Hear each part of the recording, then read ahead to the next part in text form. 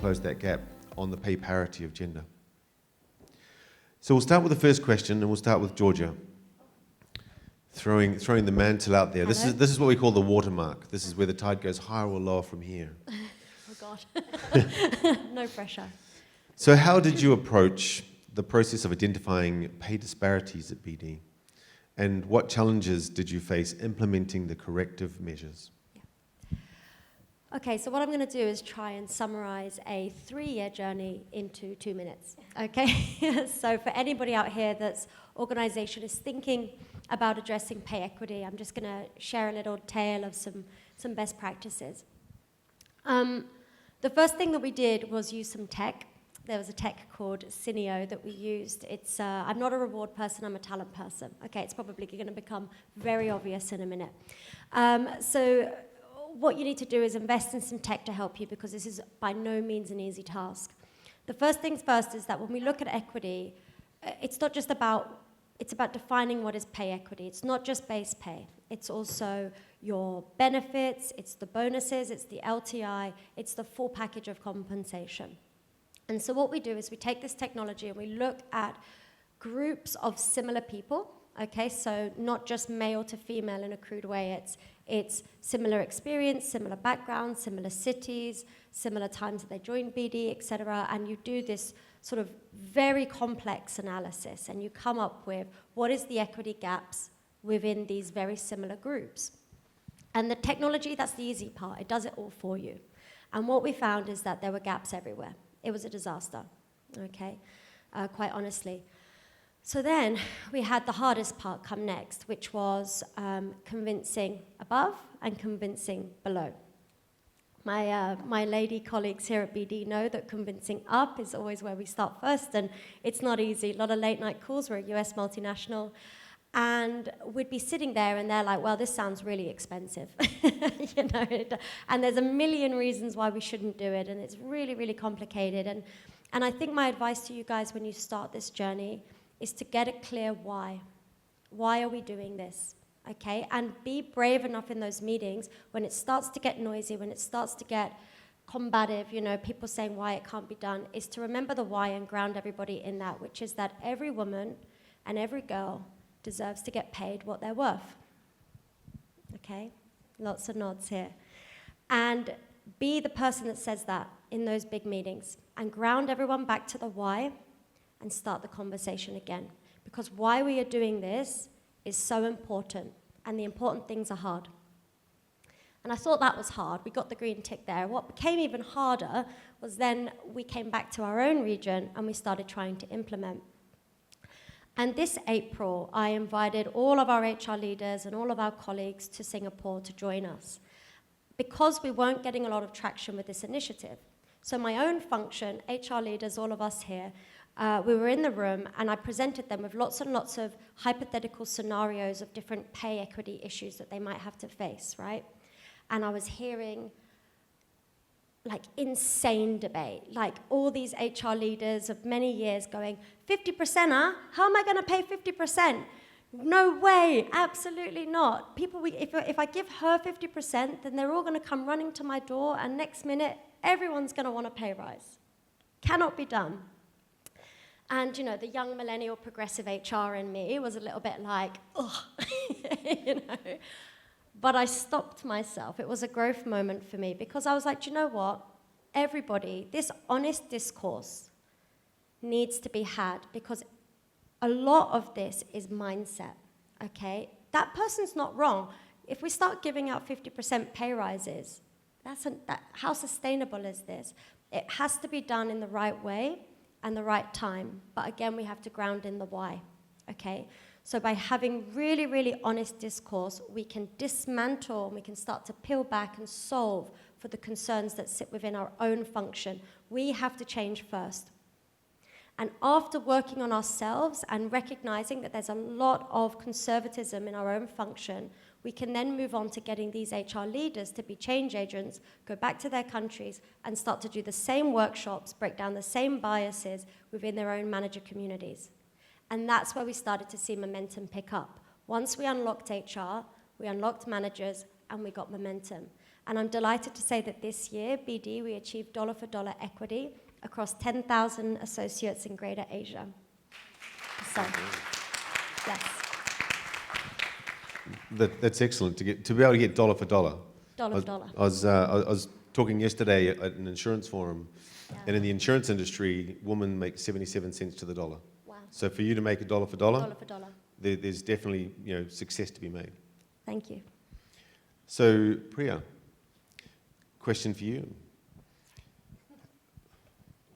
How have your global rewards programs addressed pay equity? I'm glad that you asked the question to say global rewards programs, because I think often people really think about this as a compensation issue. And in the organizations where we are having conversations, it's mostly about, okay, what can we do about pay?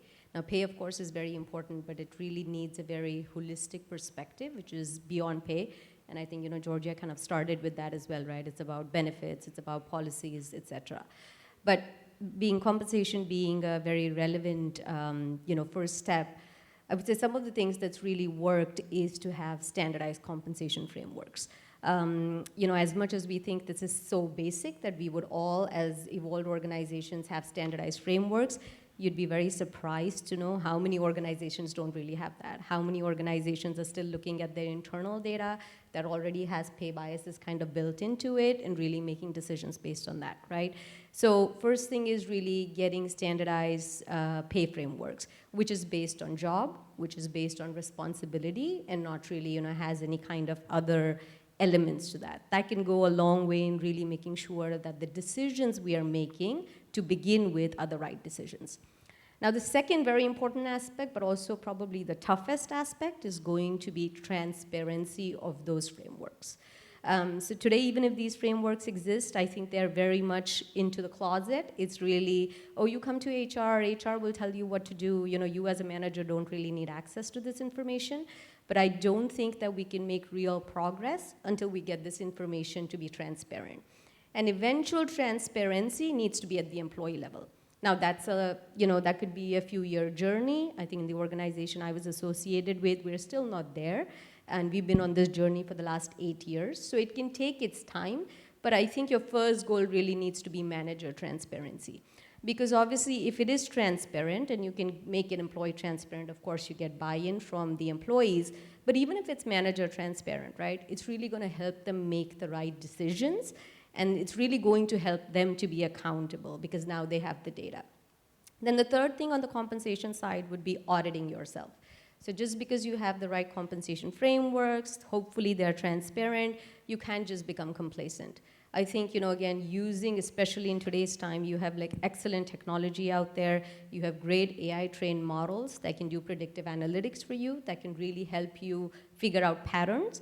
Because if you are making mistakes, hopefully you know them early enough and you can fix them. So that's on the compensation side. But I think taking a little bit of a broader lens, you're thinking about your performance evaluation systems, right? Are they truly merit-based systems? I think we've talked a lot about unconscious bias that can go into performance evaluations. So how do you really eliminate that? Again, I think AI can be a great role to play there to really bring in statistics and data that really makes the performance evaluation a lot more objective. So really focusing on that and taking the arbitrary out of that can also go a long way.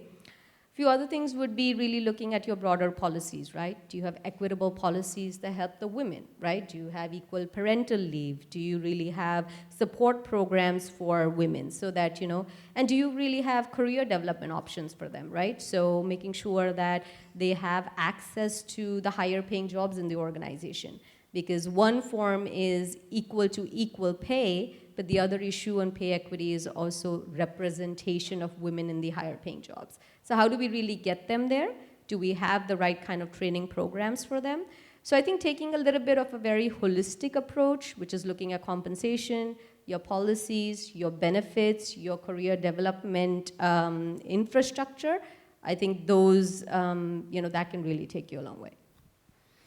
And I like how you expanded further on what Georgia had said around the tech piece, and then going into the manager layer, and then eventually the transparency. And with AI today, there are some amazing features that can be built out.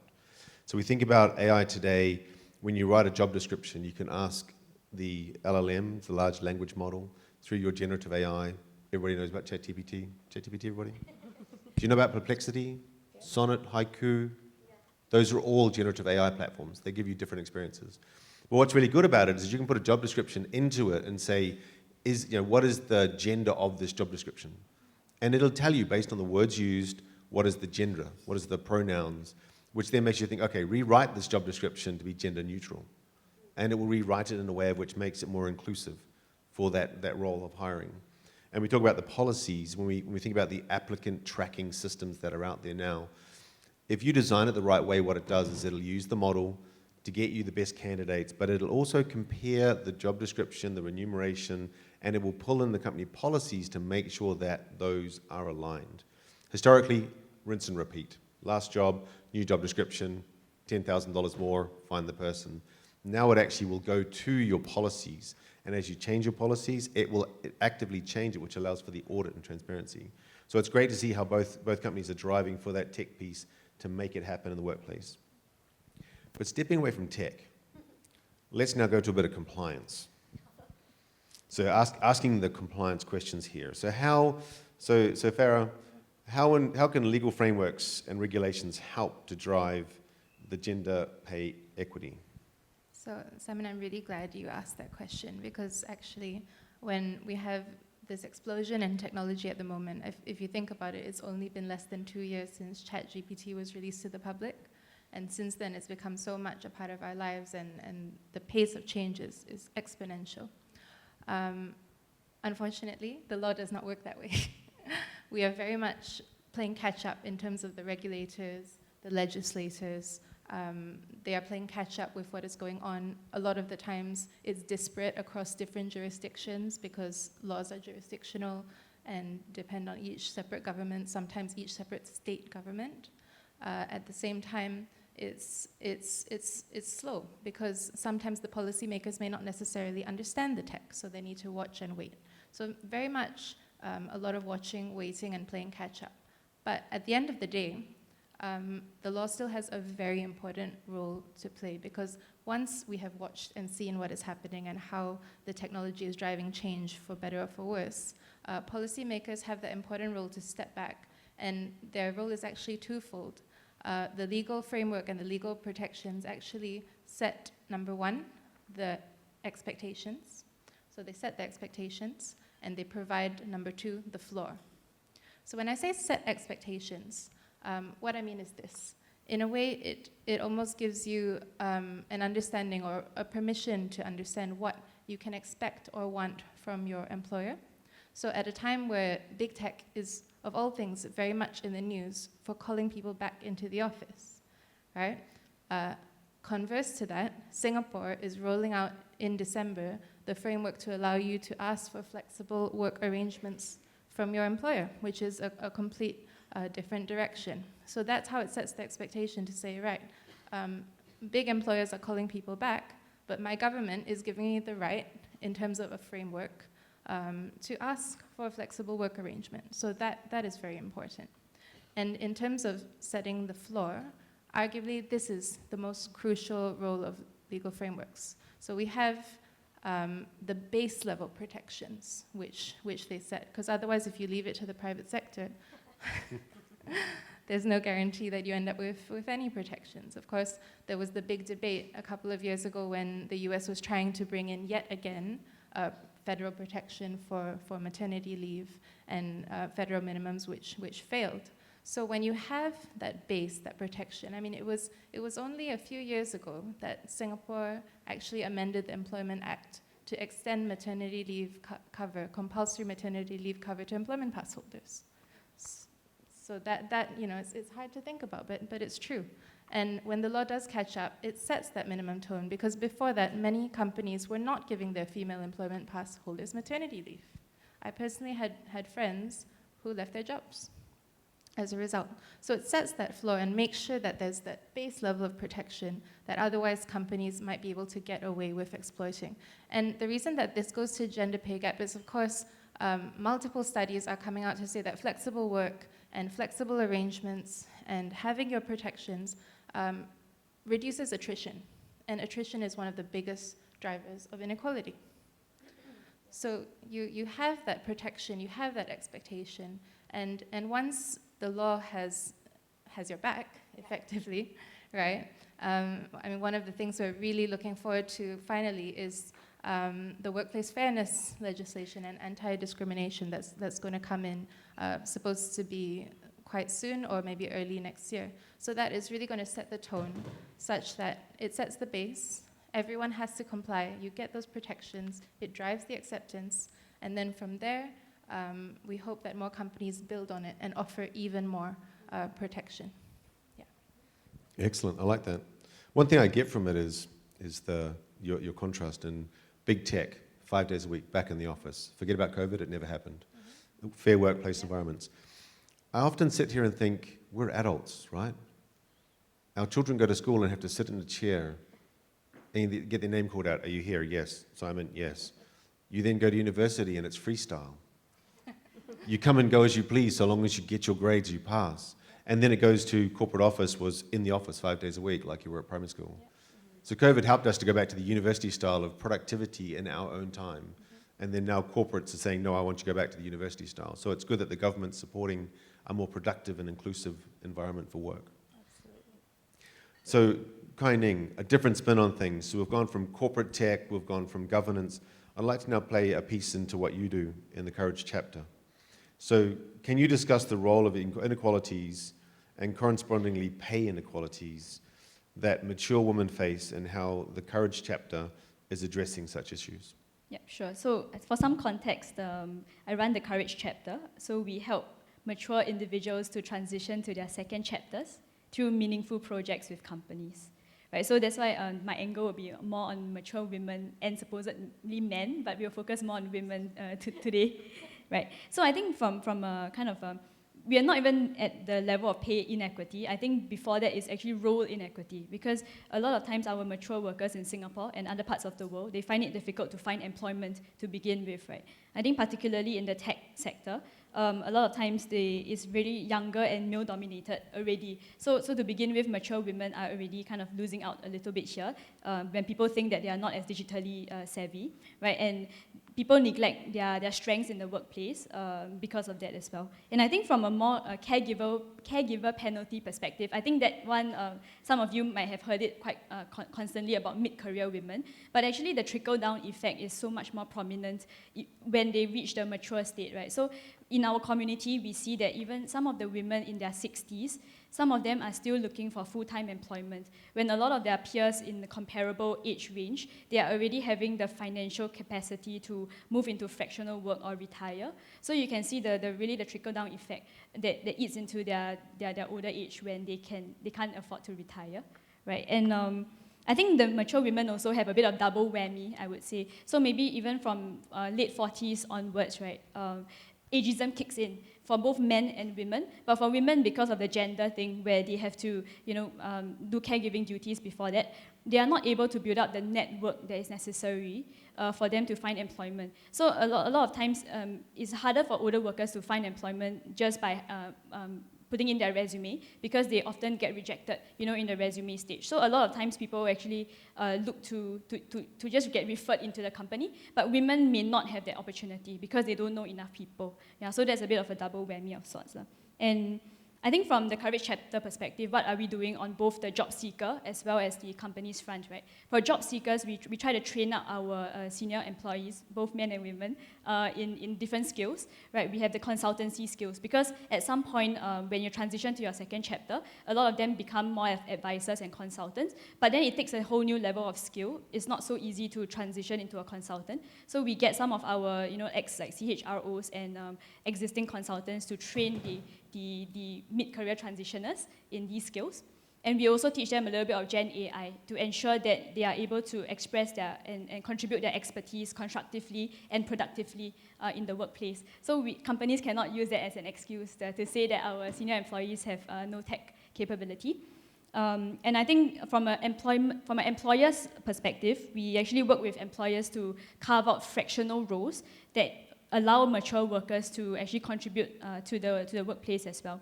And I think we are quite a new organization, so we are like an SME, but we are experimenting a little bit with AI, right? How can we help mature workers to consolidate 20 years of experience and skills into their resume? I think that's one of the hardest challenges, right? They end up writing like 20 pages, then people don't read it, and then they just discard it. But with AI, actually, if you can funnel through, just write whatever you want into AI, can they churn out the key capabilities and skills that we can feed into the ATS so that they can get spotted more easily?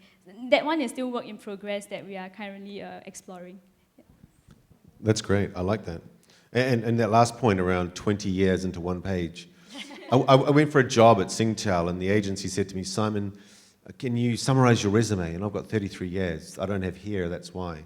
And I said, okay, I can summarize. So I sent them a summarization. They said, no, I need it in 80 words. 80. And I'm like, I can't boil down 33 years of industry experience into 80 words unless it's just key words. That's it, like there's no sentence structure. But then using generative AI, ChatGPT, Perplexity, I got something that sounded okay. It wasn't a full 33 years, it was about maybe the last 16, but it got it through to at least having a conversation. And so that's where, the more you use tech to help you to reframe, to get that messaging right, is great. And I also like about the fractional, you don't need a CRO 5 days a week. You don't need a CMO 5 days a week. As a SME, you need it 1 day a month, 2 days a month. And so helping to guide the return to work, mature workforce into taking that gold nugget and saying, I'm going to have 10 companies I'm going to look after, and putting that consulting hat on, because we always like to think about doing consulting, but we're never brave enough to do it until it's too late, and then we're scared to be involved. So I love what your organization's doing in that space. Okay, so next question, Priya. Look of shock. Okay, so what challenges have you faced in implementing these programs across different cultures? So from the global aspect, and now going into the cultural aspect. So I think Georgia hit on that a little bit already, right? I think buy-in really has to be the cornerstone of you implementing something like gender pay equity. It's actually pretty surprising because 10 years back I had the opportunity to pioneer this at my company, and I came home and I was talking to my husband about it, and I was like, oh my God, we're going to be working on this, and he's like, but why? Right? Because, and he said, but is that really needed? Are we not really paying women what we're paying men? And I said, yeah, data shows that we're not.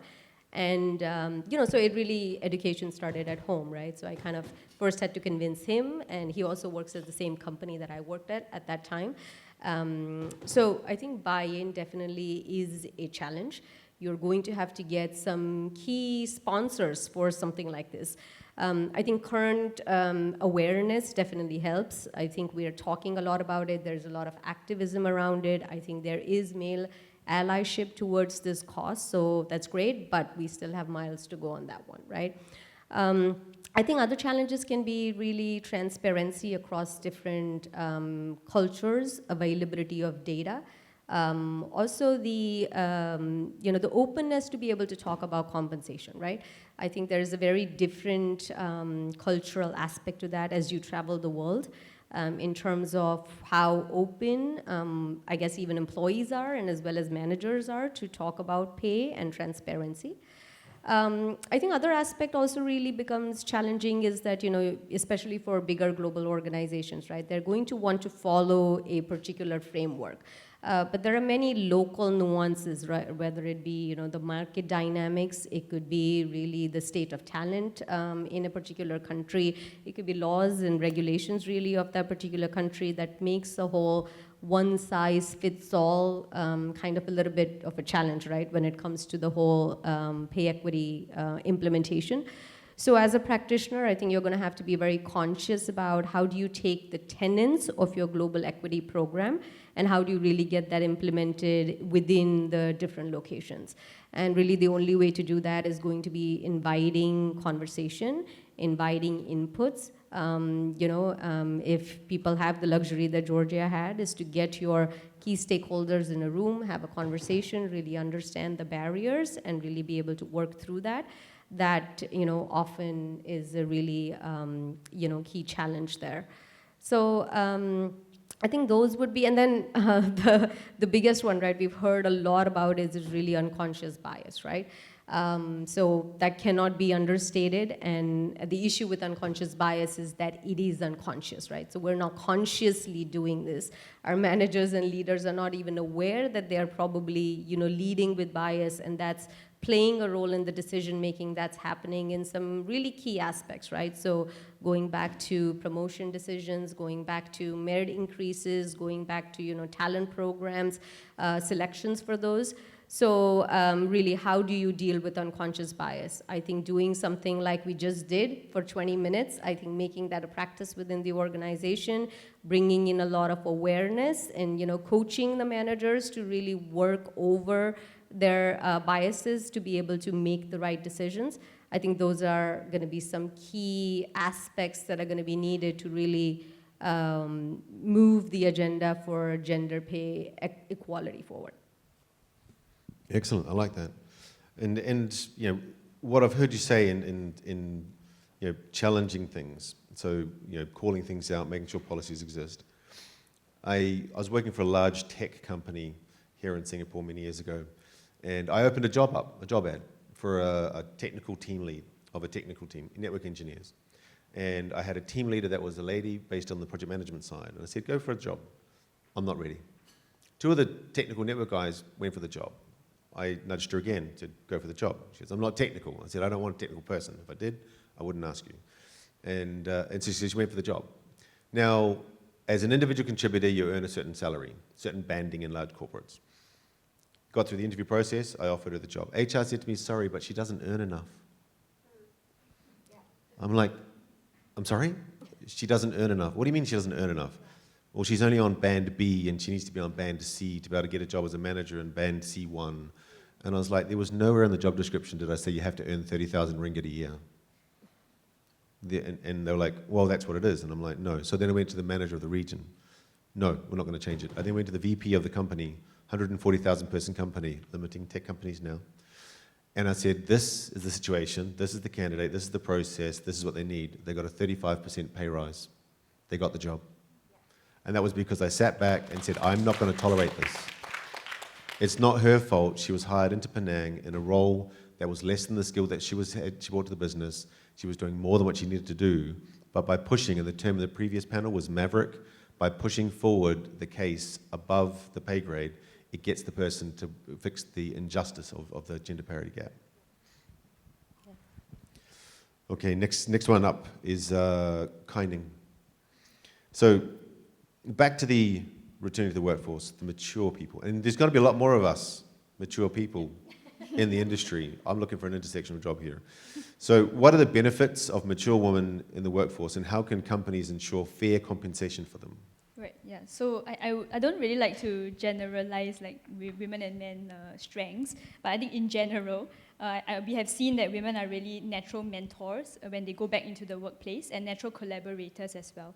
And I think we call it like 2-in-1. So you get one senior woman, and you get kind of like a free line manager that comes in handy, right? So yeah, right. So we have because we fill like roles for organizations, right? So one time we actually filled a ex-procurement head, this lady, into Unilever for a short-term stint. Right, so she was there to help with process improvement, to run, like some projects for them, and then of course, on the other hand, also nurture the younger professionals. And they really loved her because I think that she was very humble. When she went in, she didn't really like talk down at them. She rolled up her sleeves, did projects together with them. But then when the opportunity arose, she also helped them to figure out how they may improve processes, right? So I think that is one great strength of a mature woman.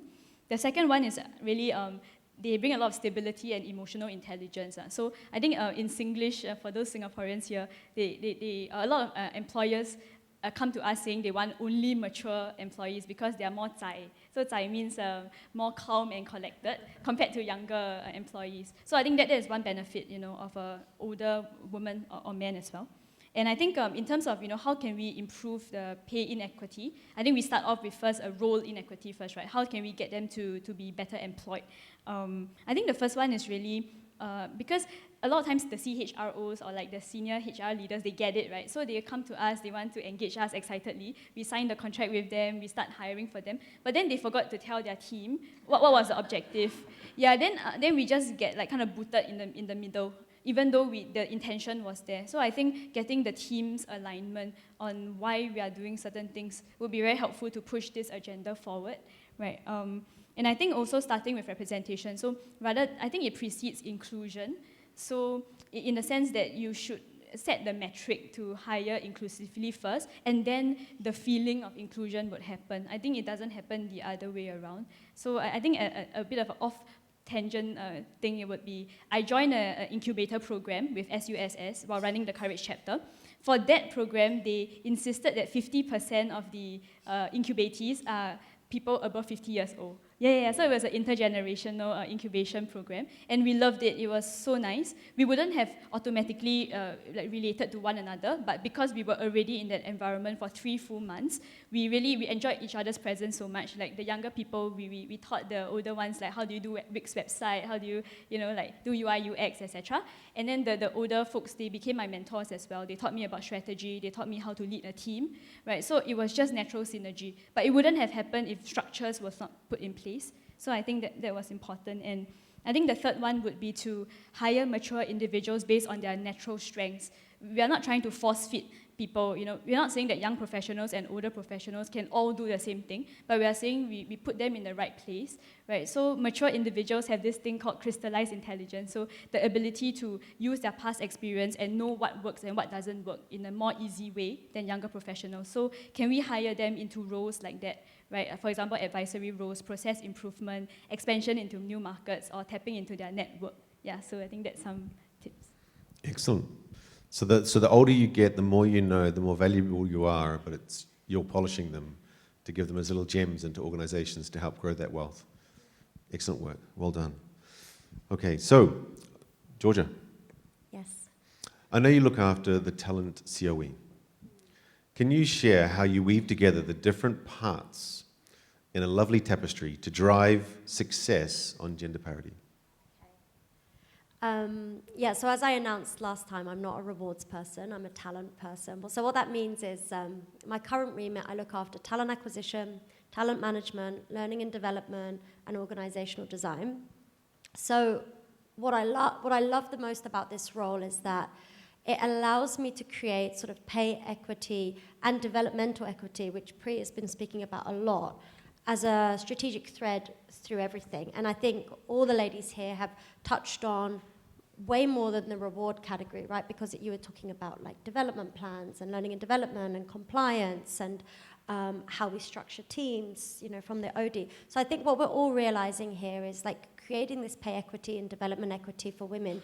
It's got to be a holistic HR solution.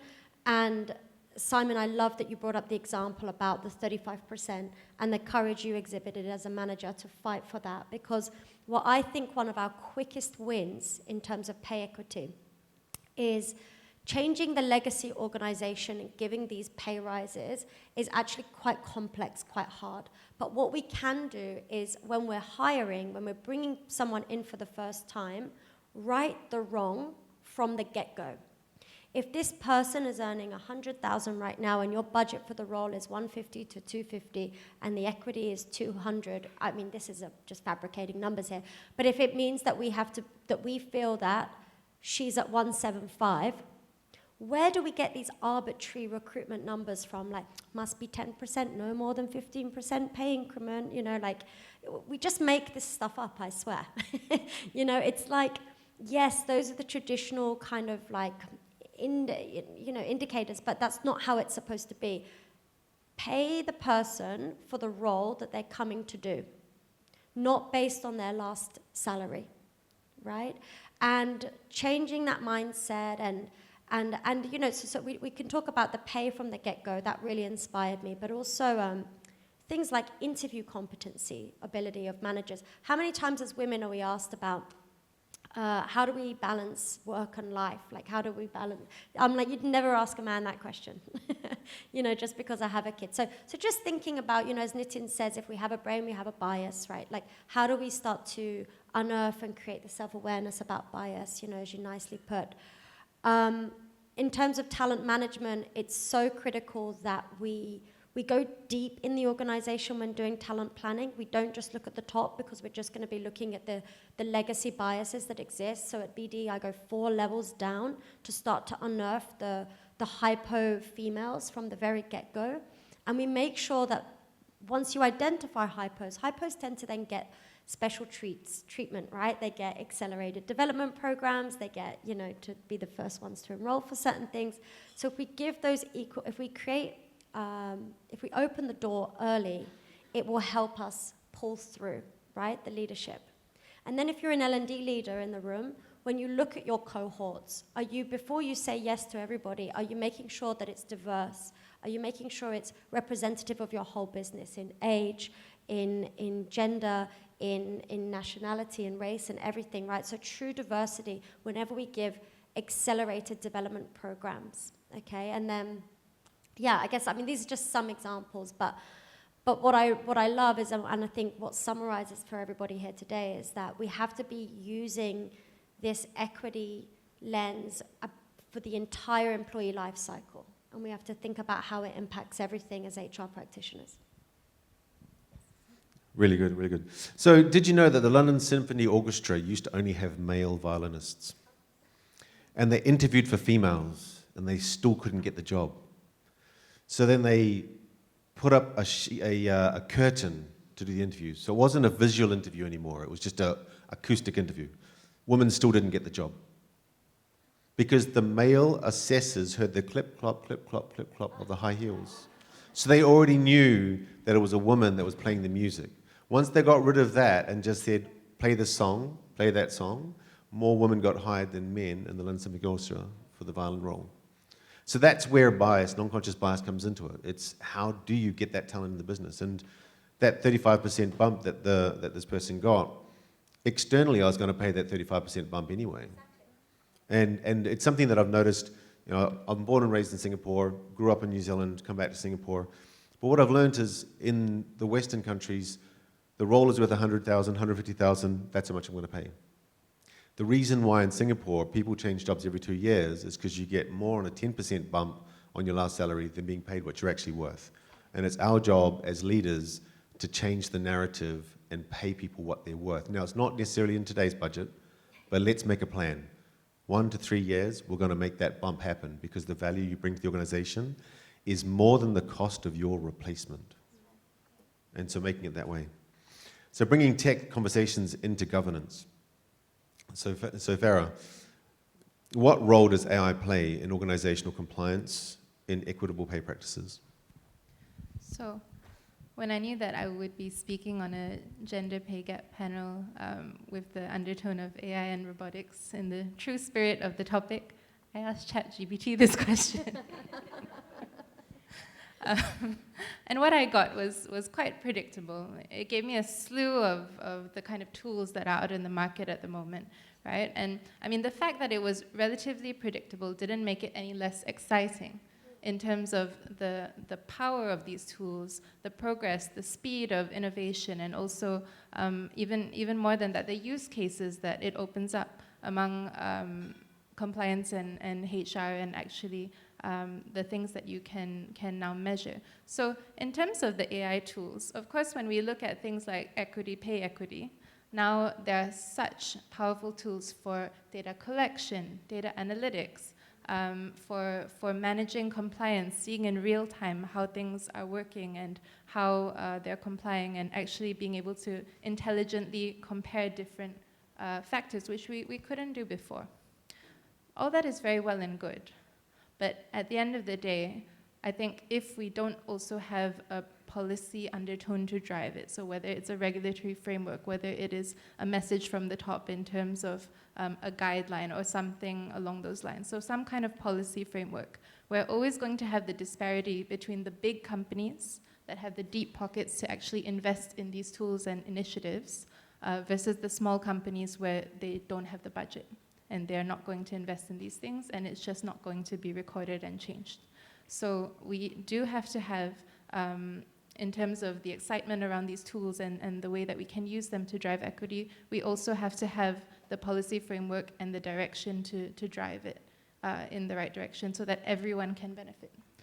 Otherwise, we get a very fundamentally, well, the equity is just going to get further and further apart otherwise. Which is so true. So Nitin, you said that if you have a brain, you have a bias. If you are AI, you are biased. So AI itself is inherently biased. It's not neutral. It is as biased as the data that we put into it. So when we think about creating an applicant tracking system, an ATS, be very careful what you put into it. Because there was a large financial organization in Singapore that put in an AI tool to do applicant tracking. Their applicant tracking solution was great. It filled roles with men. Because it was incented as an AI tool to close applicants. And it learned based on its historical data that was fed in was that male applicants got the job. And so it deselected at the, sorry, your application was denied, immediately on the woman. And it took them 6 months to figure that out. They wondered why there was no new woman hires for 6 months. And it was because the applicant tracking system, the bias in the AI, was driving behavior because it's incented to win. And it was winning by closing by men because men was more successful. They changed that, and now they have a greater balance of employment. And so when we think about tech is not neutral. It is biased, but we need to challenge it as we put it forward. So true. So, final question for the panel. We'll open it up for each person to give their perspective. So what is one key action companies can take to close the gender pay gap? And how can leaders like us in the room ensure it's sustained across diverse teams and regions? So I think as I was inspired when, especially Priya, you mentioned transparency. Fundamentally, when I work with companies, a lot of it comes from the policies. So I think the most important thing that a company can do if they're serious about driving equality is to put the policies in place that allow both driving towards, a method to drive towards equity among different roles, different genders, and actually to also have that accountability and transparency built into the policy such that it actually works. So to have a process in place, if they're brave enough to have that and to have that transparency, I think it's the only way that there's actually going to be any difference. Excellent. Georgia? I think that the cause is very noble. You know, we can all agree, you know, pay equity, pay women, pay girls what they deserve. But the reality is very complex. And having honest discourse to overcome the mental barriers and the mindset shift that's required to make this really happen is the sort of number one advice that I would encourage people to have. I think it was, when I went into that change management, I think I underestimated all the different viewpoints that everybody in this room here harbors on this topic. So I think it's about being brave and facilitating that very, very honest discourse. You know, when you think about like American politics, right, on some of these topics, and you just think, you know, if you sat them in a room and just like got them to speak about stuff, right, you'd find middle ground everywhere. So I think in your organizations, start with the conversations and don't underestimate the mindset shift that is required, even within our own function. Yeah. Excellent. Kaining? I think riding on Georgia's point, right, I think it's a very complex issue, and it's a lot simpler to just keep the status quo without doing anything, right? But then I think one thing I thought of is to always take a risk, take a bet on the other person. Don't only like do it when you're 100% sure, but I think leave a little bit of like benefit of the doubt for the other person to prove that they are actually competent and able to help you overcome the common stereotypes. Excellent, excellent. And Priya?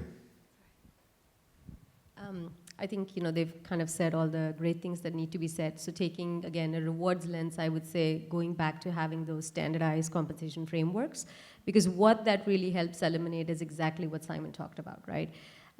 Today, what's happening is we are continue to underpay underpaid people, and we continue to overpay overpaid people.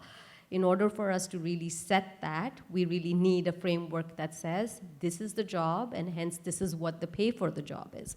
And then have those difficult conversations with overpaid people to say that, okay, the job that you're doing is worth X. You might be making Y today, but that really just doesn't fit the role that you're doing. So if you really want to continue to get paid X and you want to move on to, rather Y plus plus, here is what you're going to have to do. You're going to have to take on more responsibility. You're going to have to change your profile, X, Y, and Z, and here is how we can help you. But I think the standardized comp frameworks really gets us to a place to have an objective conversation, not to just do a year on year to say, okay, I made 10 last year, I had a great phenomenal year, I was rated really well, so I must make 13 this year. I think the managers need the tool to be able to say, yes, you made 10 last year, you had a phenomenal year, but guess what? The worth for your job is 8, so you're already overpaid. So if you want to get paid 12, here's what you're going to have to do. And I think that's really going to help women come to a place where the starting point becomes the same. Because we know today, probably the woman's getting paid 4 for that job. So even if she's a stellar 1-rated employee, she's going to go from 4 to a 5. And then why should I give her a 35% increase is going to come in the way. But I think once you have these frameworks, it really just gives the tools to the manager, to the HR teams, as well as leadership to say, no, here is what the job is worth, hence we're going to pay it. We're going to stop eliminating and thinking from this lens of what's the percentage increase. I think laws are also catching up to that. Right, in the US now, many states have made it illegal for you to ask the candidates to say how much they're making today. And that's really the mentality we all need to adopt in our organizations. Let's not perpetuate the problems we already have. Excellent, excellent, thank you. So, opening up to the floor for questions. Anyone's got a question? In the back, CJ was so quick before I even finished the word question, the hand was waving. Pick me, can we get a mic for CJ?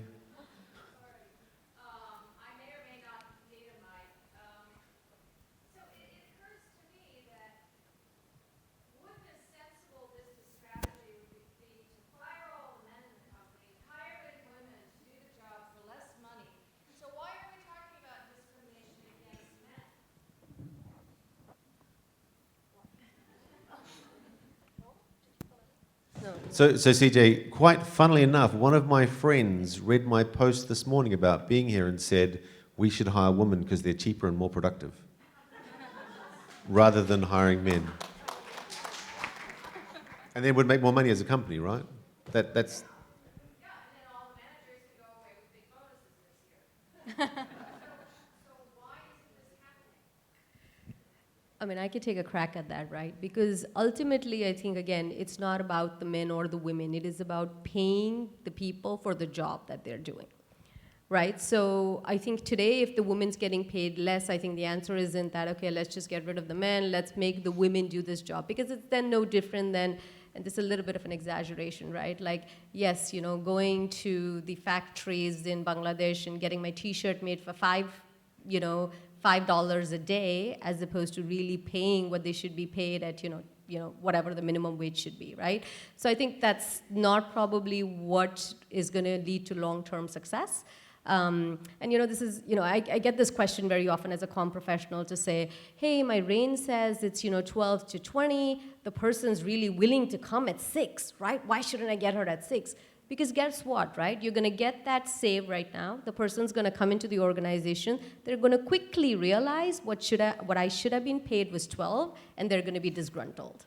You're not going to start out on the right note. You're not going to build the trust with the employee. The employee is going to feel cheated, and that's never going to make for a long-term relationship, which you're looking for from an employee. So let's just say the word complacency. Having worked in the industry for many years as a leader, every year there's that pay cycle review. And every year you get given a spreadsheet with everybody's salary on it, and you go 5, 5, 5, 5, 5, 5, because you're only allowed 5% variation, or 3.5. And so you fiddle the numbers.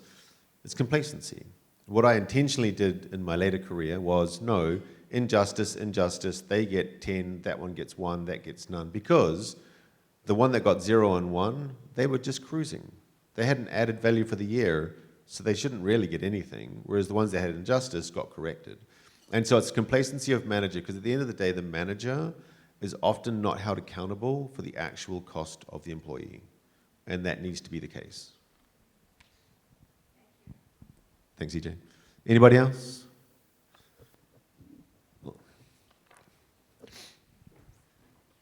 What a great panel. It's not so much of a question, but something to add on to what Priya said about how unconscious bias exacerbate the gender pay gap. And I'd like to share a story of how this can actually play out. I have a good friend, she's the CHRO of a Swiss multinational. And she is a D&I advocate. She advocates for women. But what is interesting is that when she has team members that walk up to her and say, one of them, a woman, say, I need a pay rise. She sits on it. And then when she has a man that walks up to her and say, I need a pay rise, instantaneously she'll respond, oh yeah, you absolutely will get a pay rise. And there's something happening here, she didn't discover until one day she sat back and said, oh my gosh, I'm giving this guy a pay rise because in my mind, I think that he's a breadwinner. That's how I process it, and he needs to get the pay rise, when in reality, she is actually a single mother bringing up 2 children of her own. So you could see, as a result of such unconscious bias, it just exacerbates the issues when it comes to promotions, when it comes to pay increases. Now, her name is Kristen Pressner. She talks about this on her TED Talks, and she has a way to combat this. It's called flip it to tacit. So every time you are thinking about such thoughts, ask yourself, would I ask this question if it was a man? Would I ask this question if it was someone of white descent versus someone of color? And to actually put it in Newton's way, if then else, or if then, I will ask myself, if I have such unconscious bias thought, then I will pause and actually get someone to review what I'm thinking about. So my critical friends, advice still comes in. So thank you. I think this is a wonderful panel. I've learned so much from all of you.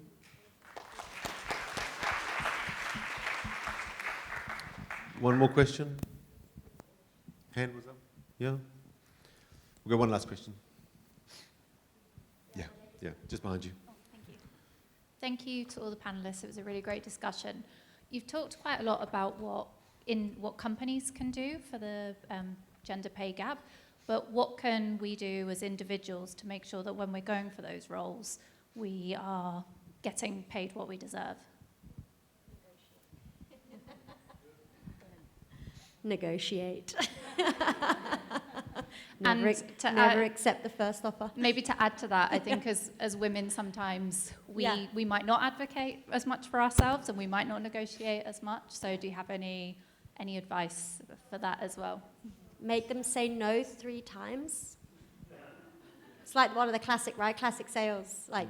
Just keep asking, and then, come down, because it feels so awkward to hear no, but you've got nothing to lose, and then ask again. People don't like saying no 3 times. You'll get something at the end of it. And there's lots of ways that you can educate yourself on negotiation, on confidence, and telling yourself in your mind you just don't have anything really to lose. They want you. They want to hire you. They don't want to go back to square one. Trust me, I run TA. We do not want to go back to square one. So I'll just add on to that, right? In terms of, research, how do you really feel confident to negotiate? I think in today's time, there's really no reason for you to kind of not have a good estimate of what it is that you're worth or what the worth of the job is. We have Glassdoor out there. We have PayScale out there. We have so much, crowdsourced data out there that gives you a good ballpark of what the pay for that role is. So do a little bit of research. Every organization, whether it be the Aons, the Hewitts of the world, is putting out data out there to say that, here is kind of what the hot jobs are. Here is kind of what the year-on-year trend is. So educate yourself a little bit on, what's out there in the market. I think talk to networks. People are very open to, they might not be willing to say that I make this much, but they'd be very willing to say that, okay, an organization, this kind of a role, this is kind of what we would expect you to kind of make, right? I think HR people would be very helpful to kind of do that if you have that network. So really educate yourself, and then, you know, use what Georgia said, right? Do not accept the first offer, negotiate, and, you know, something will come your way. I have one more quick thing to add, which is taking off the lawyer hat and putting on the mediator hat. When we do mediation, right, one of the things that we do when two parties that are having usually a very acrimonious dispute or a real intractable problem, they come together. They might still have a relationship. It doesn't matter. This framework always works, and I always suggest this thought exercise whenever you're faced with any kind of negotiation, which is think of the best scenario and the worst scenario. So for you, you need to understand what your best outcome is that you want, and what your worst outcome is if you don't get it. So for example, if you think, all right, if this happens and they say no and I don't get the job, can I live with that, right? And then you have to think of it from their point of view, which is if they say no to you, what is their worst scenario, which, as Georgia points out, is starting from zero. So you do that thought exercise to really understand the different motivations of yourself and of the person that you're facing in the negotiation room, to understand where the boundaries of the negotiation might lie. It takes practice, but I think once you've done that exercise, it gives you that little bit of confidence to push a little bit more for what you want. Excellent. Sure.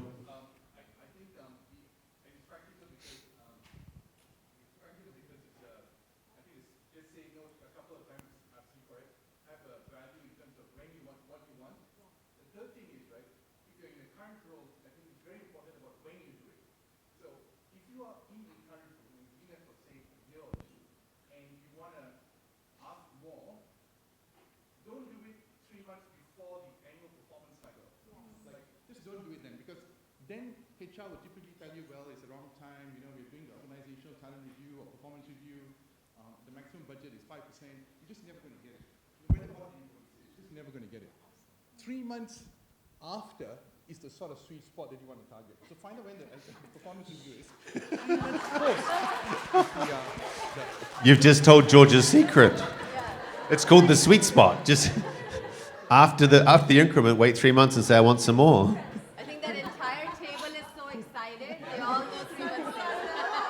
And what you say is very important as well. But that maybe for another discussion, another panel.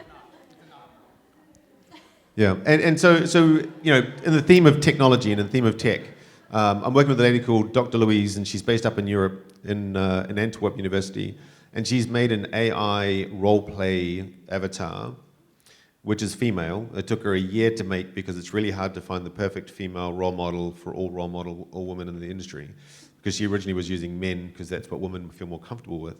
That avatar helps you to negotiate.